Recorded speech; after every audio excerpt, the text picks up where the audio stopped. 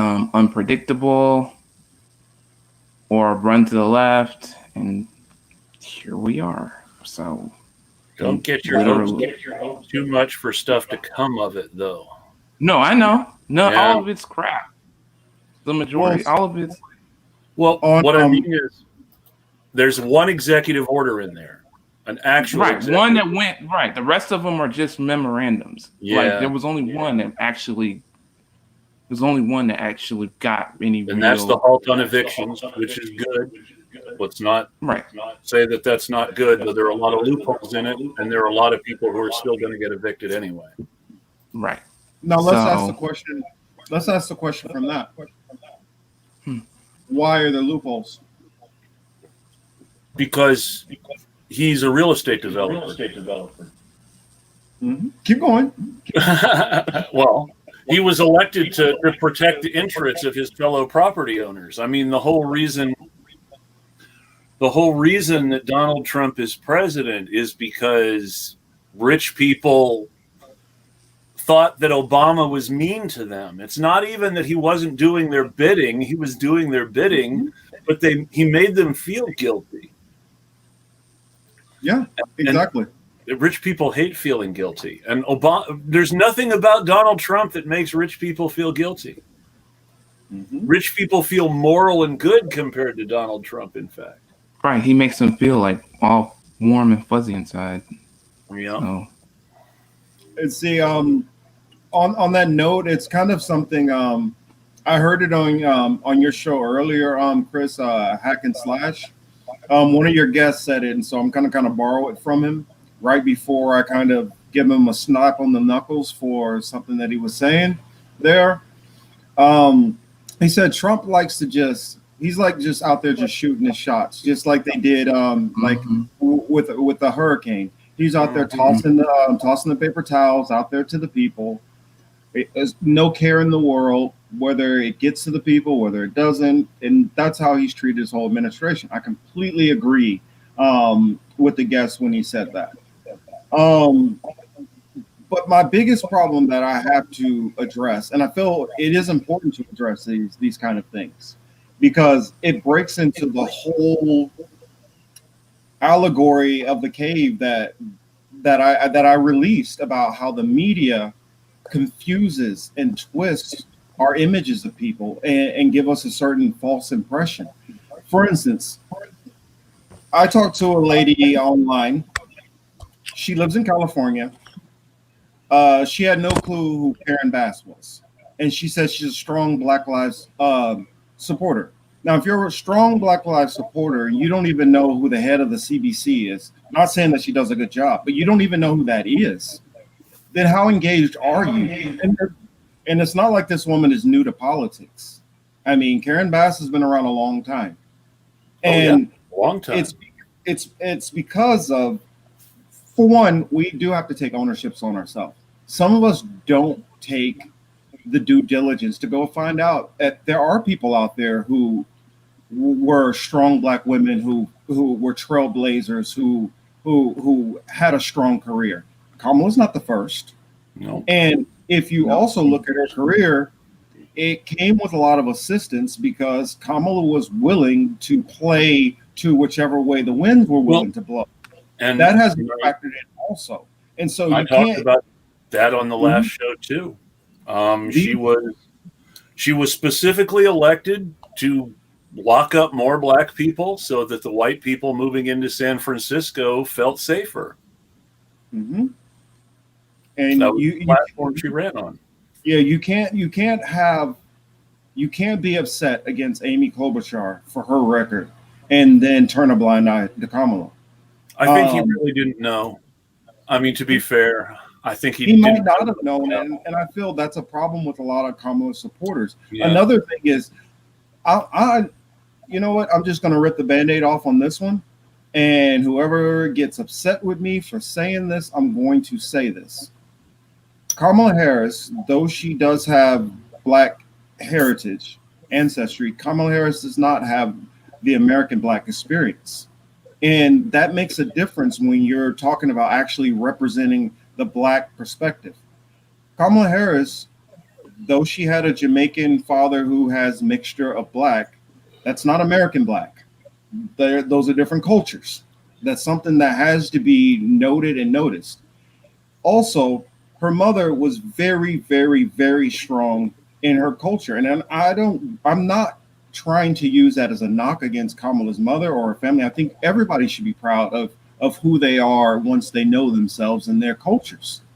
But to try to use the whole woman of color card and use the whole black woman card because you went to a black university, but really you grew up very, very strong in a whole different culture.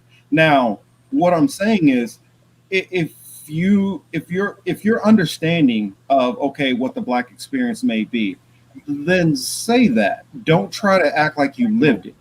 And to somebody like me who lives it every day, it's extremely offensive when I see somebody who does that. And there are a lot. I can't tell you how many black elites in this country who parade around on media, who a lot of them don't have the American black experience, who try to speak for American blacks. Or they do have the American black experience, but they're out of touch with the daily lived experience of working class black people. I mean, do you ever read The Root, or have you ever read The Root? Oh yeah. I read The Root. Because for no other reason than Michael Harriot's stuff is really funny. Michael Harriot makes me laugh when he makes fun of white people, because hey, who doesn't like making fun of white people, right? But and his stuff is good, and he really explains stupid racism really well to stupid white people, and I like that. But that said, whenever I read The Root, I am reminded how classist most of the people writing there are, and how far removed their political and professional and academic experience is from the people they claim to be writing about and for. Mm-hmm. I mean, can I expand that out a little bit? Because, in actuality, how I look at it is, it's not even at that point. It's not even just a black issue. It's a class issue, because that's what happens to most people as they start to rise up through the class. Once they hit a certain level, their experiences kind of get etched in stone, and they kind of forget how certain things used to be. Like somebody used to say to me all the time in the military, your best command was your last command, because the longer you're away from the command, you only remember the good stuff. You don't remember the bad stuff or how much you struggled. And a lot of these people who are quote unquote successful say, oh, well, I did this and I did that, and you could have did this, and no, not necessarily. We don't know what levels you might have went to. We don't. I mean, some people they've really had some crazy stories on how they made it to the level of success, and it's almost kind of, it's ridiculous to assume that, oh, everybody could have did what I did. Well, no, everybody can't be The Rock, Well, no, let's go with some of that. I mean, let's take rock music. I like rock music, and this is a great story. The Runaways were a huge band in the 80s. Mm-hmm. Runaways were the first all-girl heavy metal band. Joan Jett and Lita Ford both played in the Runaways. Joan Jett and Lita Ford are still going strong. They are rock and roll bad girls who can handle the career and everything, and they're fine. The lead singer of the band was a girl named Sherry Curry, who totally ended up being destroyed by the whole drugs and rock and roll thing, and ended up finding Jesus and dropping out of show business and saying some bad things about rock and roll that made Lita Ford and Joan Jett angry at her later. We're going to get in that conversation much deeper eventually. But it's that thing. It's three people, similar experiences in the same place at the same time. Two of them succeeded and one of them didn't.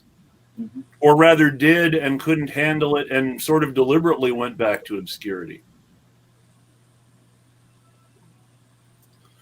And I think that gets left out. A lot of people who do succeed don't like what they find and go back to where they were before when they started. Mhm. Yeah, I mean, I was, you know how they always have those little articles that they put up, like celebrities and what are they doing now, and it's funny to see how many celebrities that you knew on big shows and they're like a paralegal now or a barista or something crazy, or Right. they're They have like a like nothing kindergarten to do teacher. with the they have nothing to do with the Hollywood experience anymore. They've completely estranged themselves from it. They don't contact anybody, they don't speak to anyone. They probably don't even look at the magazines in the in the grocery aisle anymore. I mean, that's how divorced they are from that. I mean, Manuel, is it similar in Atlanta, kind of to that whole Hollywood feel here, where it's like literally they're living in a different world? And I was wondering, like, is the whole Atlanta thing there? Because I know that the whole celebrity culture is starting to really blow up there, also. Or well, it's been blown up. But what I'm saying is, I don't know if all the influences and all the craziness have completely transferred over there or not. What do you think? I don't think outside of Metro Atlanta, no, right? Like downtown, like the major city of Atlanta, no, not really. If you're talking about going like to the outskirts of town, for example, I mean most of it is still pretty much, I guess, sequestered. I mean, there's not really a lot of real deep connection there. I mean, maybe we do like a couple of like movie sets or like TV shows or whatever, but not. But as far as like celebrity culture, I mean, most people just kind of. I mean, when when I used to deliver food, I used to deliver food to I used to deliver food to like Steve Harvey and the rest of them, not too far from up the street where I live now, and they mostly just keep them themselves. I don't see them really interacting with like the community per se. But if you go farther down, like downtown, you got like, it's definitely picking up steam down there.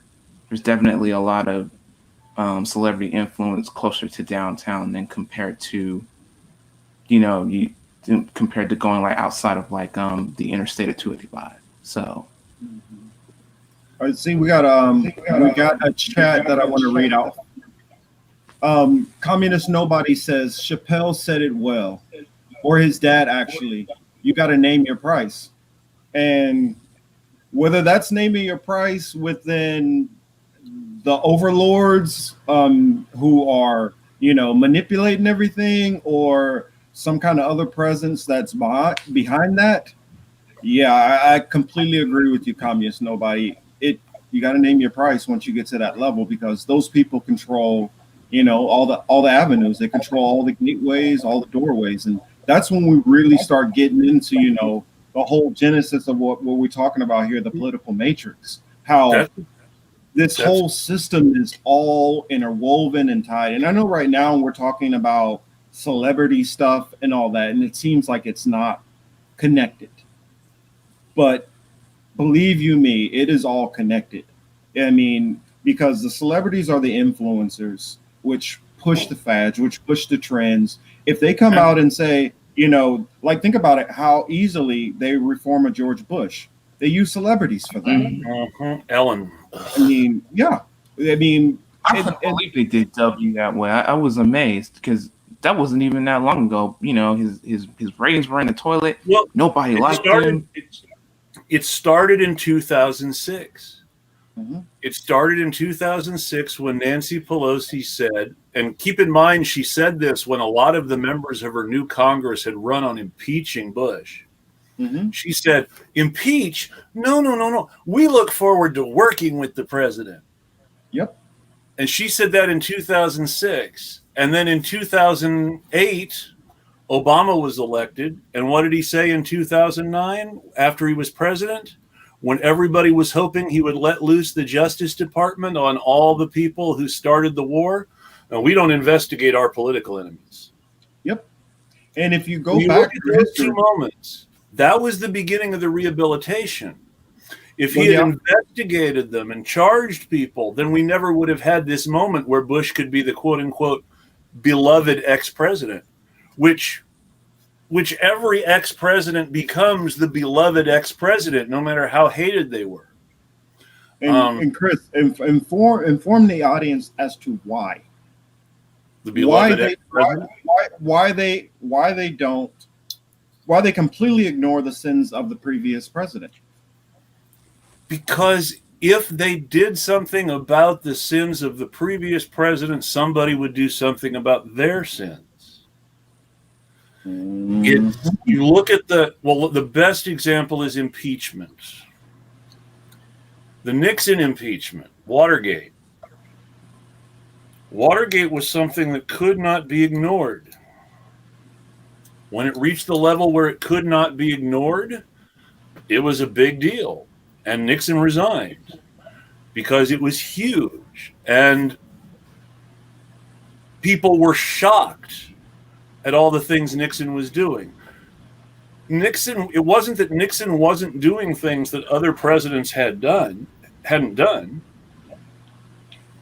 Nixon was doing things that Johnson had done and Kennedy had done and FDR had done. Johnson was horrible at sicking the FBI on people, but no, Nixon went beyond in all these silly and petty ways, did things with money that nobody could cover up for, and they couldn't ignore it. But then you notice they let Reagan get away with stuff that was every bit as bad as what Nixon did. Yep. What changed?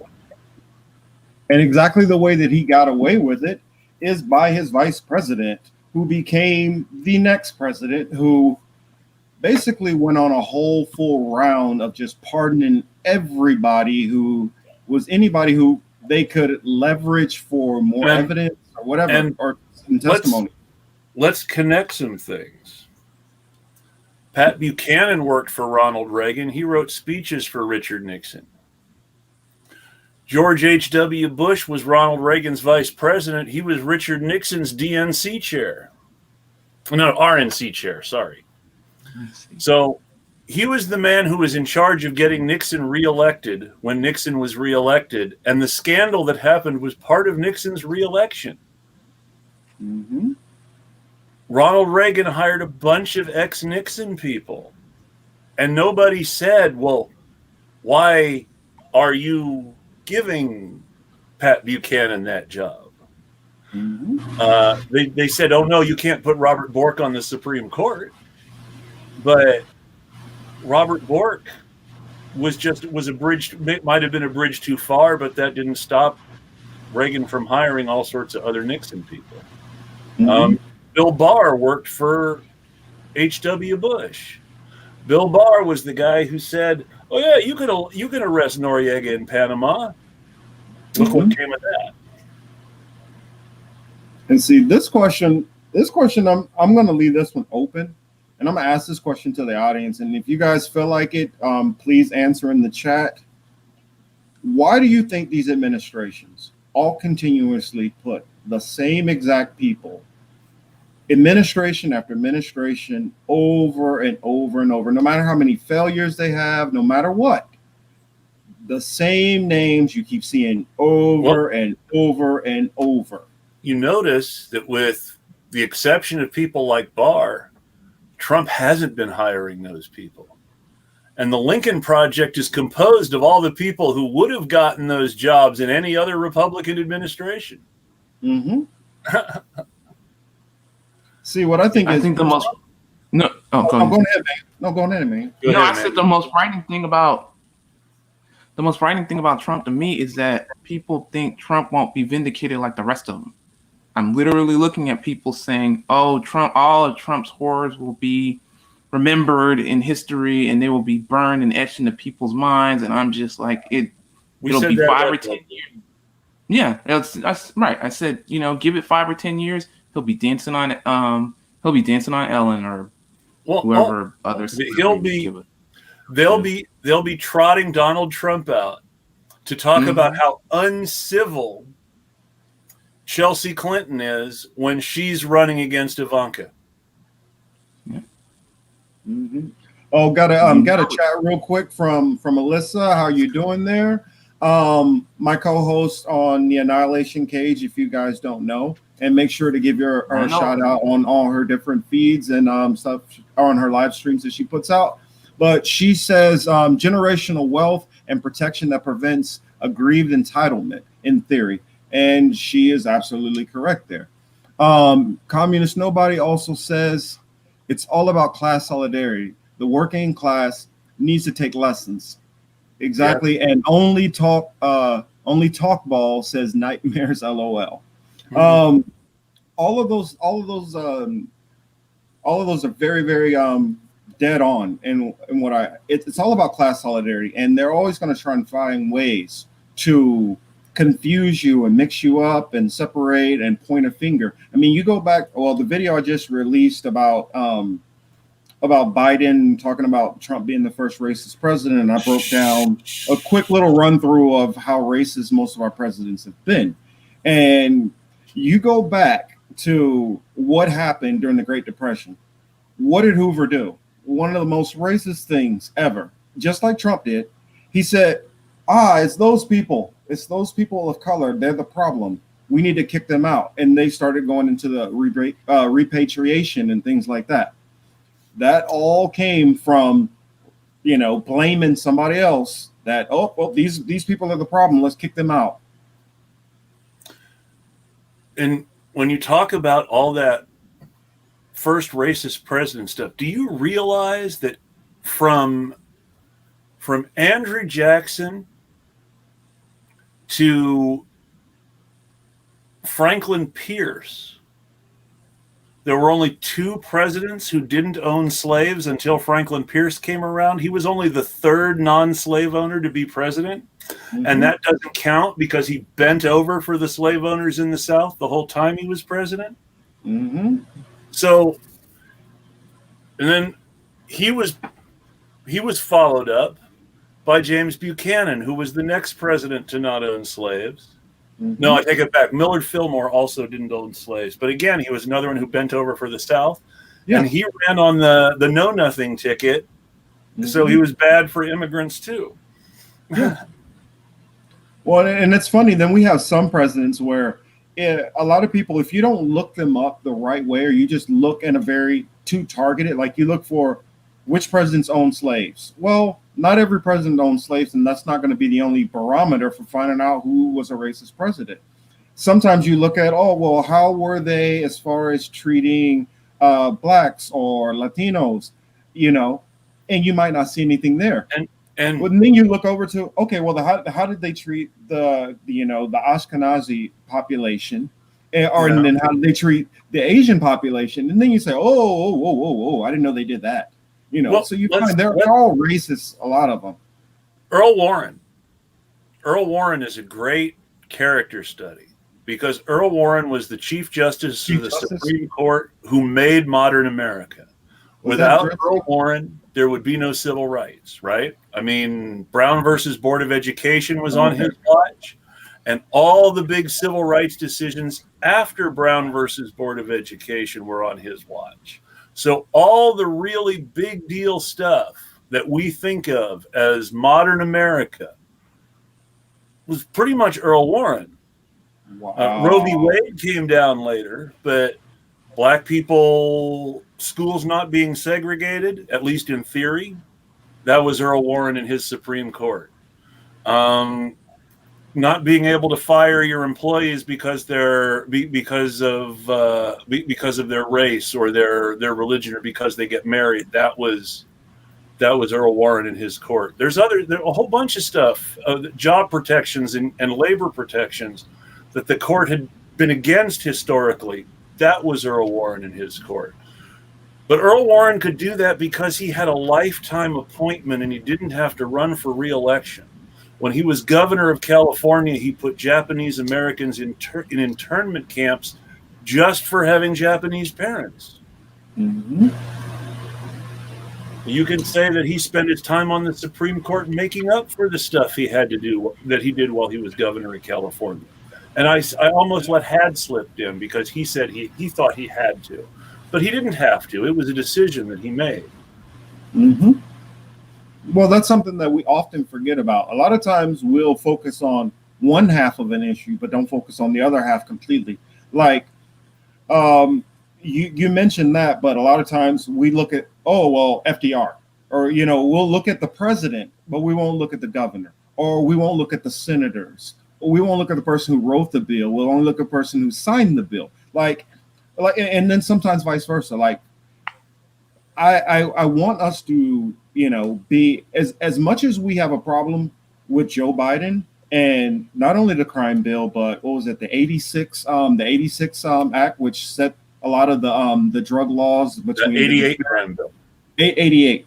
And then he had the gun show loophole thing that was like all bottled up right in between all that stuff. So you look at Biden, and yes, Biden was the one writing all this horrible legislation. But you got to remember, who signed it into law? That was Bill Clinton. Reagan and Bush and Clinton. Reagan, Bush, and Clinton. Yeah. Oh, and Gerald Ford. I forgot Gerald Ford. Oh, that's right. No, not Gerald Ford. Jimmy Carter. Sorry, Jimmy Carter was president when Biden killed Bussing. That's something we don't remember. And because he's been such a wonderful person since he's not president anymore, and he's really the only person to ever become a better person after, well, he's one of the only two people to become a better person after being president. Someone made that joke. Someone made that joke the other day that Jimmy Carter does so many humanitarian things to make up for what he did, is basically to make up for what he did as president. Part of it. And, he made Paul Volcker Fed chair, which was the start of central bank austerity in this country. He signed into law the anti-busing bill and had embraced George Wallace during the primary. He did not have, the best thing you could say about Jimmy Carter on race was that he was better than Lester Maddox. But Lester Maddox endorsed him when he ran for president, and he accepted that endorsement. He accepted the George Wallace endorsement. He didn't say, no, you guys are racist segregationists, and I don't want anything to do with you. He accepted those endorsements. He signed the Biden's bill that resegregated schools. Nobody's perfect. Even people we think of as really good people. Rutherford B. Hayes, after he was president, spent the rest of his life trying to get the vote for black people. But he's also the person who pulled federal troops out of the South and left black people in the South at the mercy of the KKK with no more federal protection. Mm-hmm. Yeah. And then you have people like Truman, for instance, who helped integrate the military, but gave no protection to black veterans who came home and let them just get murdered and brutalized in their uniforms in the South. And it was even Woodrow Wilson. It was even worse. After World War I, you had the Red Summer and the Red Autumn, where veterans coming home were literally set upon and massacred, sometimes while they were still having their homecoming parades. Mm-hmm. Well, we are talking about the same man who played, what was it, Birth of a Nation from the White House. Birth of a Nation, privately. It's also important to understand that after he was president, his son-in-law ran for president. His son-in-law ran against Al Smith, who was a New York party boss. He had been governor in New York. He was a big in the Democratic machine in New York City, ran Tammany Hall. Al Smith had a lot of bad qualities, but he hated the Ku Klux Klan because he was Catholic. And so he had one of the things that he was running for president on was an anti-Klan bill that had been written by, because in those days the Republicans were the Civil Rights Party. He was running against one of the planks that in his presidential platform was a Republican anti-Klan bill. And the man that he was running against for president, who was considered the front runner, Stephen McAdoo from California, was Woodrow Wilson's son-in-law. And McAdoo was running against the anti-Klan plank. So this is Woodrow Wilson's son-in-law running for president against the anti-Klan plank in the other major presidential candidate's platform for the Democratic nomination, saying, no, you can't get rid of the Klan because that's a Republican bill. And you can't have a Democratic president running on a Democratic candidate running on a Republican bill. That was his excuse. Mm-mm-mm. And in the end, neither one of them was the nominee. The nominee was a man named John Davis, who, ironically, since we mentioned Warren before, John Davis was the lawyer opposed to Thurgood Marshall Of course. in Brown versus Board of Education. John Davis was the Democratic nominee for president instead of either McAdoo or Smith, because they couldn't agree on either one of them. And so they went with like their third or fourth or fifth choice.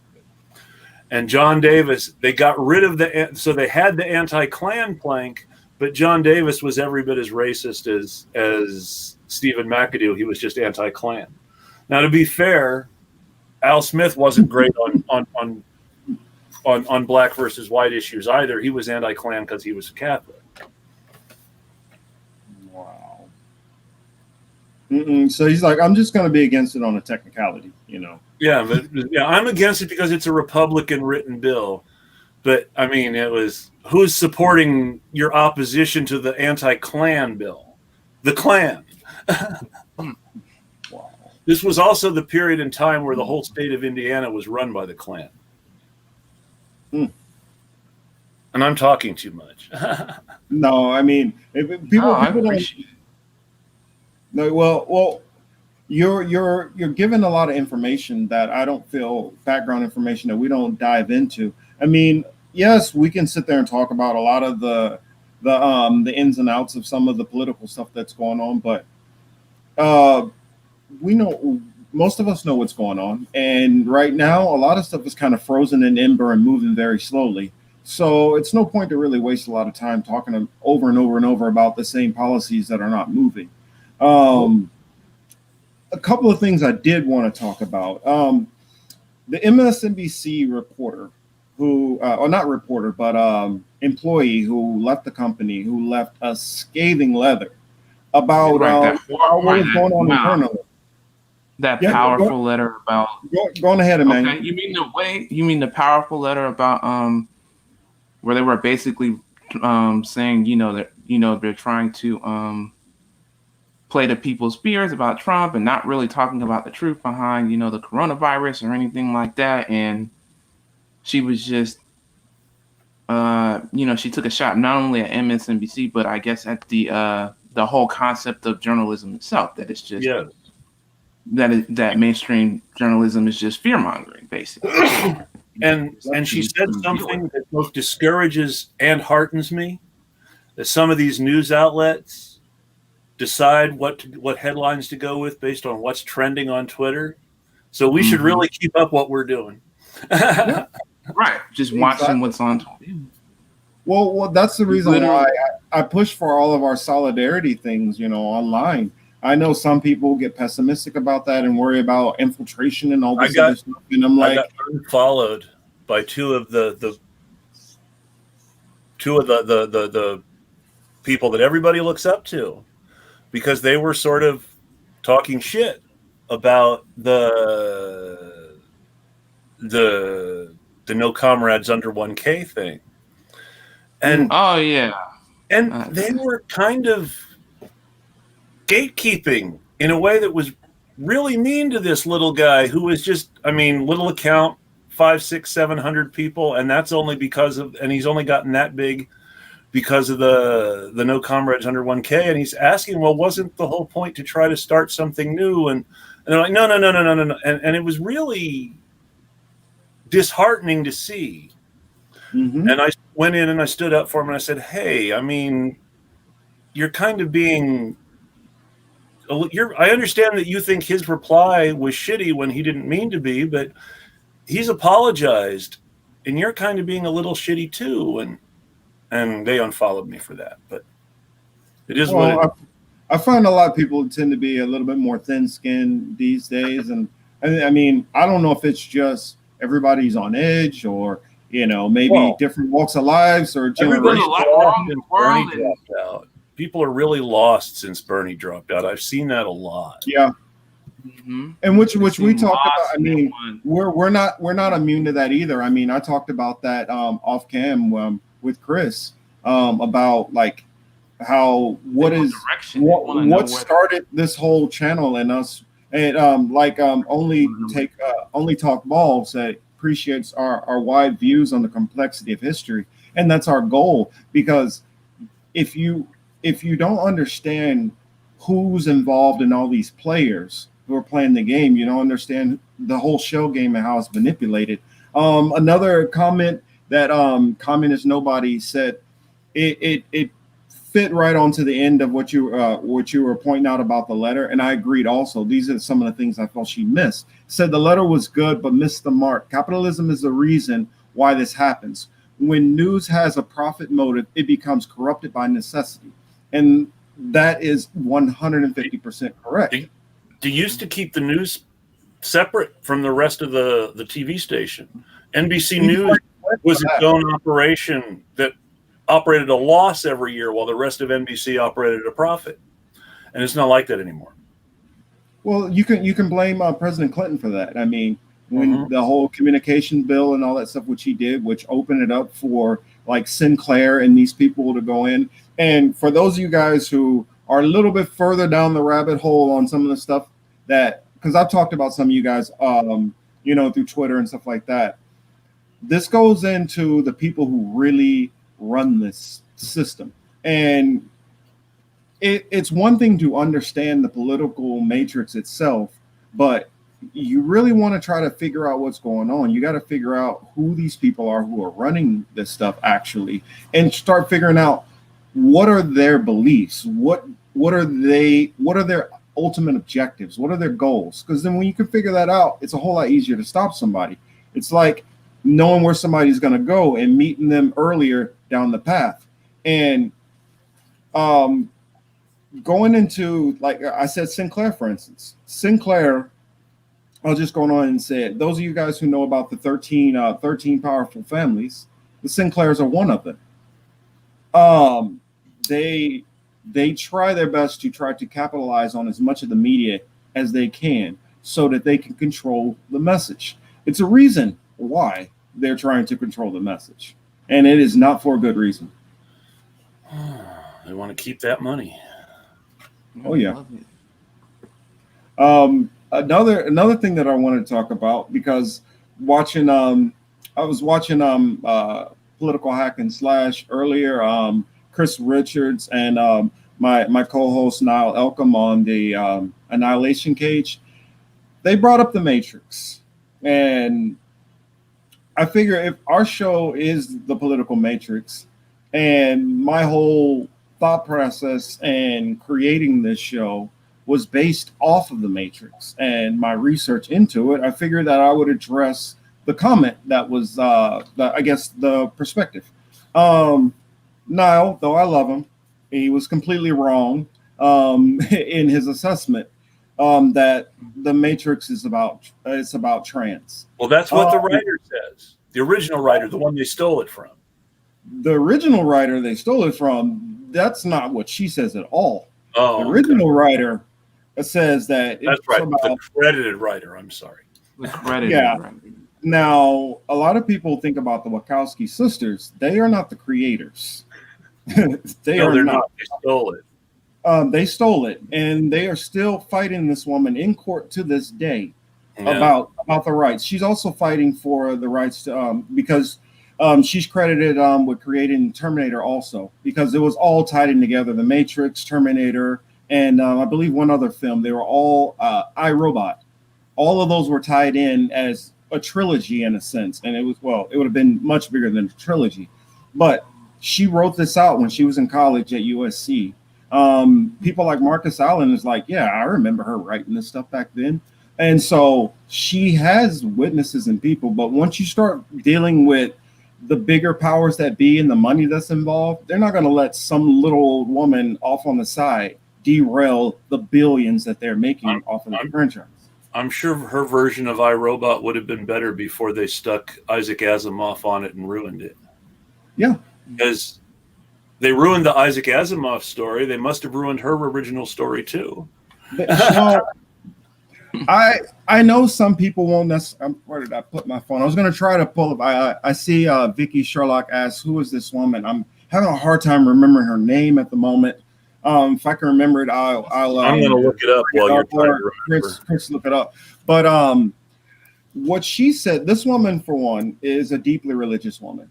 What she said the whole movie The Matrix was about is this was a religious battle. Sophia Stewart. Sophia Stewart, that's her name. This was about a religious battle. And that's why it had if you notice from the first one to the second and third one, how much they started to change. It almost reminds me of for those of you guys who watch Game of Thrones, if you watch like after like say the fifth season, if you were a book reader, it dramatically started changing because they didn't have any more source material. It's the same thing which happened with this franchise.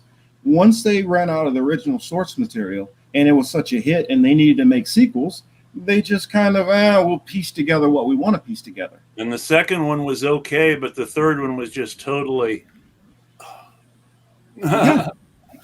And because that was not where it was supposed to go. From what I understood, Neo wasn't even supposed to die in that sense. It was supposed to transfer on, like I believe Terminator is the beginning, how it starts out. Mm-hmm. And if you go through like the whole anagrams and stuff with the names and all that, the names are all tied together and everything through Terminator, through The Matrix, through iRobot. I mean, I can't remember. I watched it a couple of years ago. Somebody really broke it down and laid all the stuff out. But everything about The Matrix in that first one is all about a system of control, which is holding us all and basically imprisoning us in an invisible cage, which we don't see.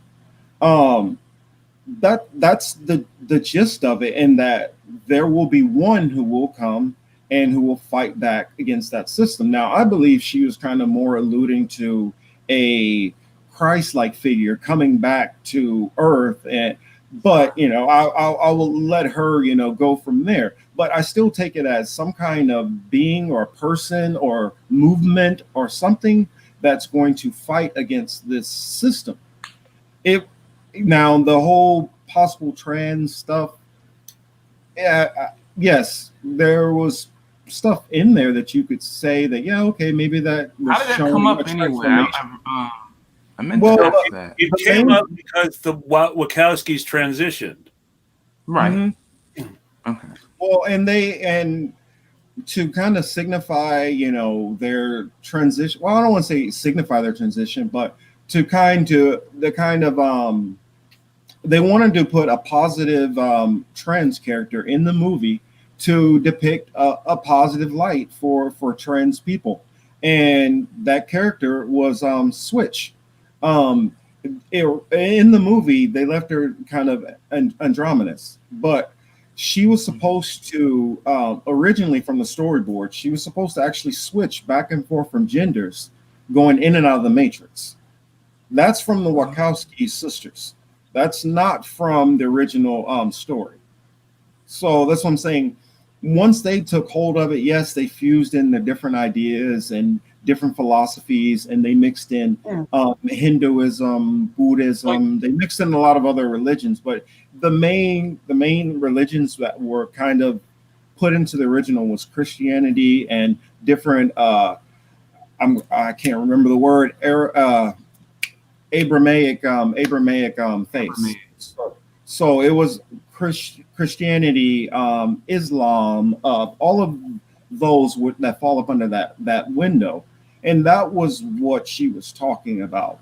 More of a spiritual battle. Now I don't know if it's going to manifest into anything. The whole computer stuff was an allegory. It's not that we are really going to have an age where we're going to be jacked into an actual computer and control it like that. But what she's saying is basically, in a sense, because of the way computers and TV and the way the news and even school systems, the way everything is crafted for us to believe and see things a certain way, that's the matrix that she's talking about. That's the matrix that we're talking about. And it extends through politics, it extends through pop culture, it extends through science, schools, everything. It is everywhere. Why are all the celebrities with the craziest political views who most sympathize with us has-beens, or people who aren't necessarily looking to make another big movie tomorrow? Mm-hmm. I mean, you don't see the fresh big stars coming out and becoming huge leftists. It's people who have been around for a while and feel secure, and they've made their pile and they're not really active right now. They're willing to take that political risk because they're not going to be making a movie tomorrow anyway. But anyone who still wants to make a movie tomorrow has to be careful what they say. Or music. Well, Yeah, more music. music people were able to come out for Bernie with no repercussions. With no- Remember, right. It seemed like the whole rock industry was for Bernie for a little while there. Like Well, you everybody's music was. What I'm saying is you could tacitly say, I'm for Bernie. Sure. But if it gets into you really getting on the campaign trail and start doing some events and stuff, you're going to see some pushback at that point. Because think about like back in the day, with the Dixie Chicks, what happened with them. I mean, it can very easily just destroy you politically. So I mean, it doesn't happen for everybody, but it can happen. They lost their career because for wanting to apologize for the worst thing Texas ever gave America. Yeah, they were trying to be polite. Oh shoot, yeah, they were. I mean, because George Bush, ooh boy, I feel like America should be always apologizing for George Bush. And I know conservatives apologize. I mean, so let's talk about some things because this really breaks into the matrix. It connects to the George Bush stuff. Remember how happy we all were when Obama won? Yeah. Oh yeah. Oh yeah. Yeah. We were really happy when Obama won. I remember being happy when Clinton was reelected, but that wasn't because I was happy Clinton was reelected. I was happy that Bob Dole hadn't been elected because even though I think Bob Dole is probably a more honest, upstanding person on an individual level than Bill Clinton, he had joined hands with, like the worst elements of the Republican Party that had rejected him and Barry Goldwater in the 80s. And he's like, okay, no, these are my peeps now, and I'm going to run on their issues. It's like, dude, I've been waiting for the Republicans to run someone like you, and you're becoming one of them. And then John McCain and Mitt Romney both did the same thing. They were both people where, okay, well, we don't really like Republicans, but, what would happen if they were the Republican candidate? And they turned out to be just like all the other Republicans at that point. I mean, it's exactly how it always goes. I remember. It's kind of funny. Like my biggest knock against Dole will be something that'll probably surprise a lot of people. Well, some of the people listening to this are probably not going to remember that election very well at all.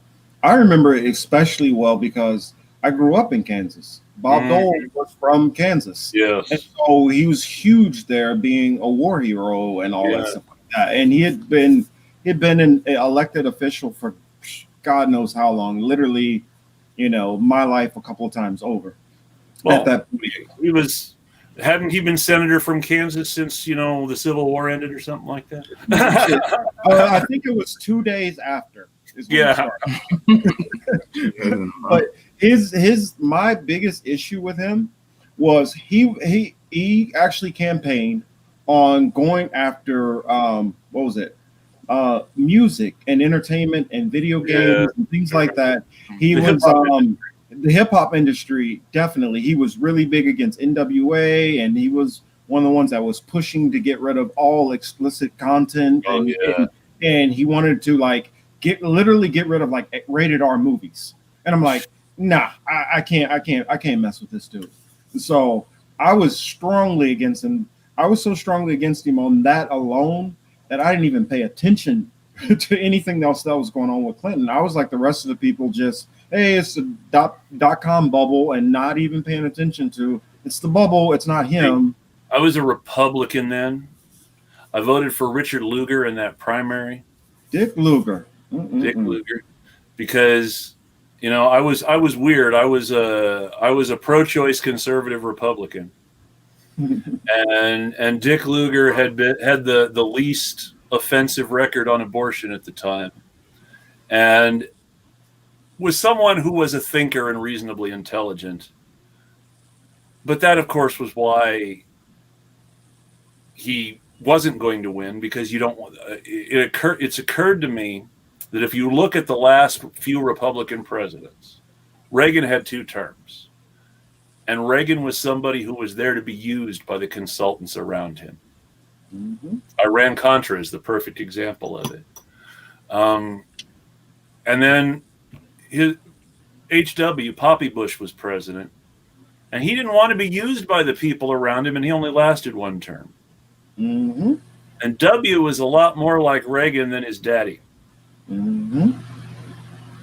And Trump is somebody they thought they were going to be able to use the way they had used Reagan and W.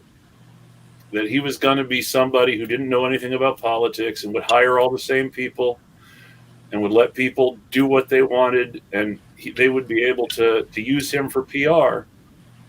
And he bit their hand. He bit their hand off and spit it out. Mm-hmm. Mm-hmm. And that's why the Lincoln Project people hate him. Not because they have any particular regard for Lincoln. Have you seen the tweets, the old tweets of Rick Wilson's with the Confederate cooler and the horrible, horrible, horrible racist language? Yeah. It's not that these people love Abraham Lincoln. No. It's what it is we're going to take the one Republican, which everybody has a pretty favorable opinion of, and we're just going to, pretend we're that. It's like what conservatives did for the longest with Reagan. While everybody still had this favorable opinion of Reagan before a lot of the stuff came out, about the CIA moving drugs in and out of the country, especially into LA. I can't remember the officer, but it was that LAPD officer who was exposing all the stuff that was going on between like Freeway Rick Ross and Danilo Blandon and the Contras and everything. And so, if you ever watch the Cocaine Cowboys documentaries about the drug trade in Miami, well, we built the Medellin cartel so that we would have a middleman to give money to the Contras for us. Tom Cruise is a movie about that shit. Made in America. Yeah. Mm-hmm. I used to study all these different drug lords and all these things, just because I realized that all of this stuff is all proxy. If you guys want to really get into the nuts and bolts of how this stuff all really started out when they started doing this, go back to the early, what was it, the 5th president, James Monroe. This all started with him. They've all just taken his idea and just kept amping it up and amping it up. And before it only stayed in, the Americas, Central America, South America, the Caribbean, because at that time, Europe was still really strong in the Eastern area. So they were pushing all through China and Japan and those areas. As they've lost that strength, now we're slipping in. We're just doing it through our corporations. Yeah, we grabbed the Philippines under McKinley. And Guam. And Cuba, which we let go again, but kept Puerto Rico. Mm-hmm. And if you really, that was also where War with the Racket comes from. Smedley Butler wrote what he wrote because of his experiences in the army in the Philippines fighting these make businessmen rich wars. Mm-hmm. Woodrow Wilson kept us out, did everything he could to keep us out of World War I because he wanted to invade Central America. For most of Woodrow Wilson's presidency, his biggest concern was the Banana Wars in Nicaragua. Mm-hmm. That's We had troops. We occupied Nicaragua, Guatemala, Honduras, and Panama. And we had troops there under Wilson, under Harding, under Coolidge. It was Herbert Hoover who pulled most of them out, but left troops in Panama because of the canal. Mm-hmm. And then that led on carrying eventually up to Manuel Noriega, and so I mean it's and like we're talking about. I know we're jumping around a little bit on different topics, but this is all connected. I mean, in all honesty, there's really no way to jump around and be off topic because all the topics are all connected. Just a matter of seeing how. Our first quote unquote, our first war for territory that wasn't against Native Americans within the official boundaries of our own country was deliberately chosen to be against Mexico and not the British. Because President Polk had won election on two slogans, which was that we will annex Texas, though it eventually ended up being annexed before he was elected, before he took office. But he was, yes, we will annex Texas, and 54-40 or fight. He wanted the border between the United States and British Canada to be all the way up at the border between British Columbia and the Yukon Territory, the 54th parallel. And he compromised with the British at what's now the British Columbia-Washington border so he could fight a war with Mexico. And that was because, very specifically, they thought the Mexicans weren't white.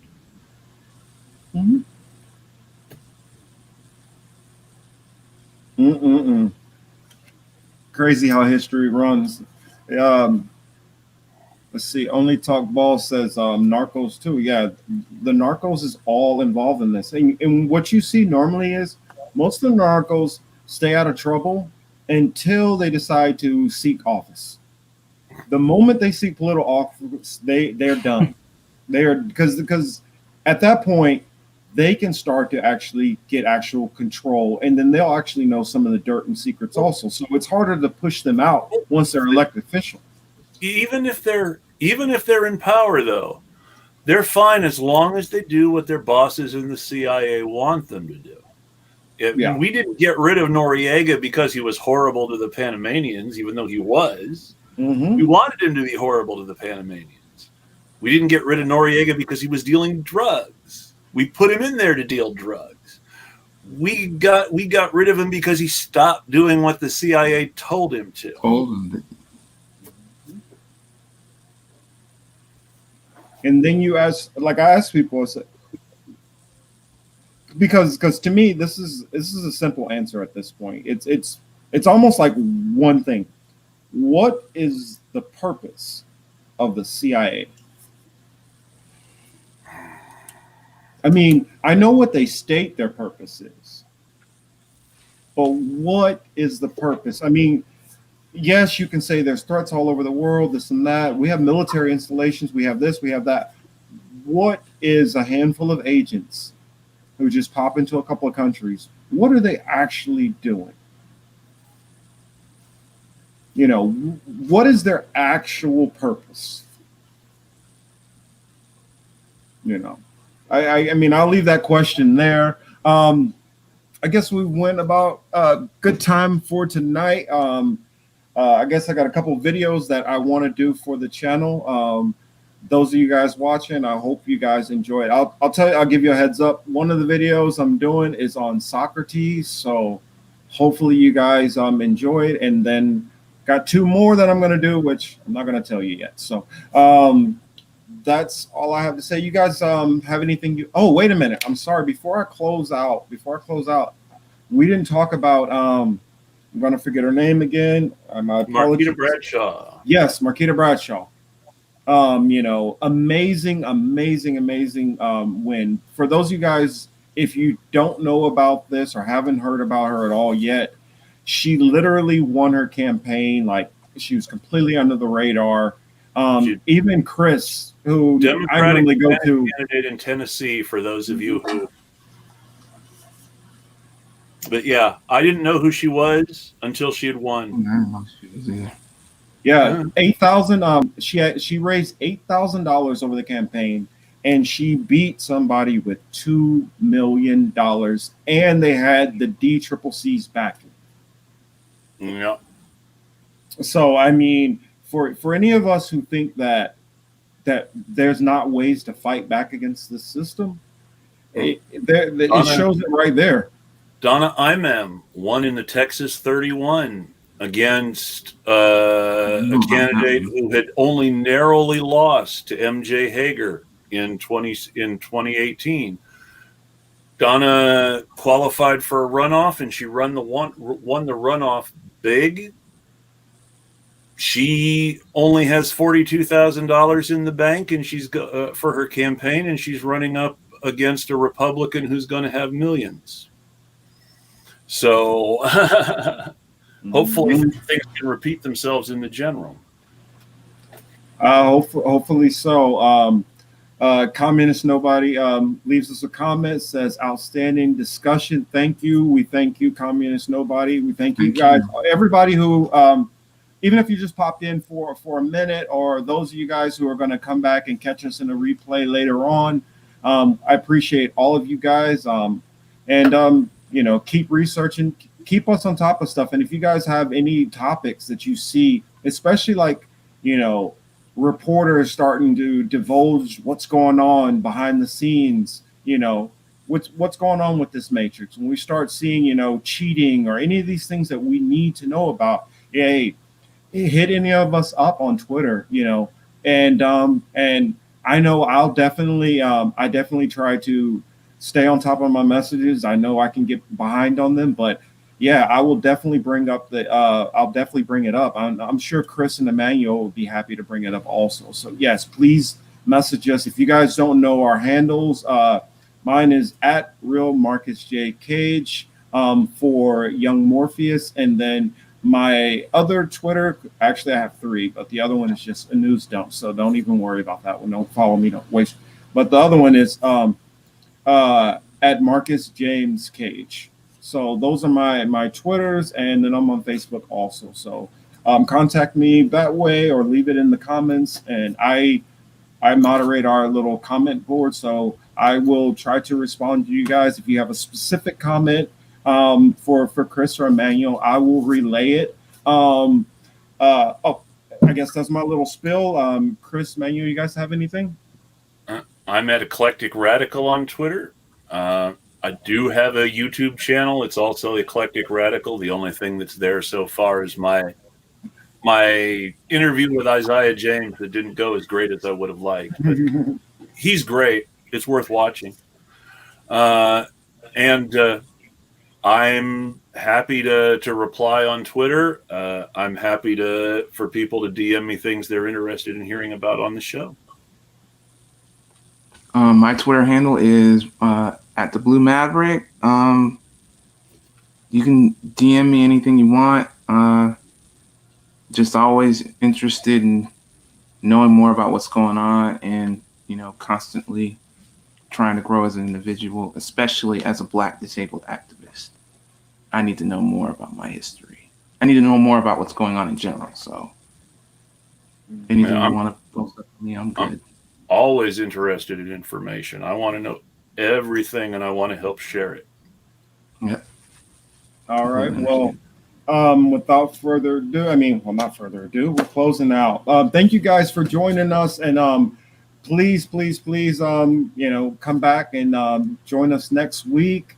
And I'll look out for our videos. Once I get the things sorted out, Chris and Emmanuel will be able to upload their various content and videos that they want to do specific for the channel also. So look forward to those. I'm looking forward to it and excited what they decide to talk about and educate me on and educate the audience on. So this has been The Political Matrix. I'm Young Morpheus. My man Chris Richards here, and we have Emmanuel signing off. You guys have a good night. Have a great night. night. Good night, guys.